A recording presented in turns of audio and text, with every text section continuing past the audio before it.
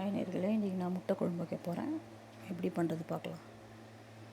முதல்ல கடாயில் எண்ணெய் ஊற்றிக்கணும். பட்டை, ஏலக்காய், லவங்கம், வெங்காயம் ஊற்றுங்க, கல் உப்பு, தேவையான தேங்காய்,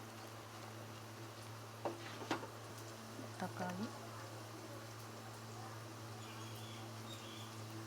கொத்தமல்லியோட காம்பு, இதெல்லாம் நீங்கள் அரைச்சி போட்டு பாருங்கள். முட்டை குழம்பு நல்லா டேஸ்ட்டாக இருக்கும்.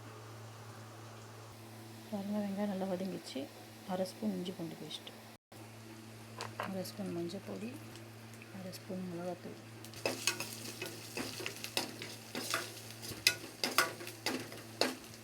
பாருங்கள் மசாலா அரைச்சாச்சு. அந்த மசாலாவை இதில் மிக்ஸ் பண்ணிக்கலாம்.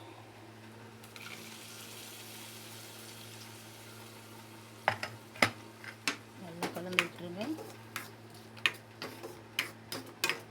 கலந்துட்டு தண்ணி ஊற்றி நல்லா கொதிக்க விடுங்க. பாருங்கள், தேவையான அளவு தண்ணி ஊற்றிட்டேன். மசாலா கலந்து நல்லா கொதிக்கிட்டோம். அப்புறம் முட்டையை உடைச்சி ஊற்றலாம். பாருங்கள், முட்டையை உடைச்சி ஊற்றுறேன்.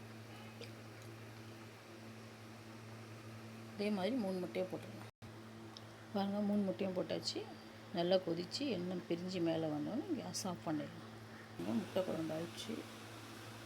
நல்லா எண்ணெய் பிரிஞ்சு மேலே வந்துச்சு. பாருங்கள், சூப்பராக இருக்குது. பாருங்கள், இந்த டைம் நம்ம கொத்தமல்லியை தூவிடலாம்.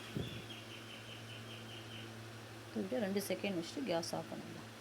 பாருங்கள், முடிஞ்சிச்சு. கேஸ் ஆஃப் பண்ணிடலாம். அடுத்த வீடியோவில் பார்க்கலாம். தேங்க்யூ.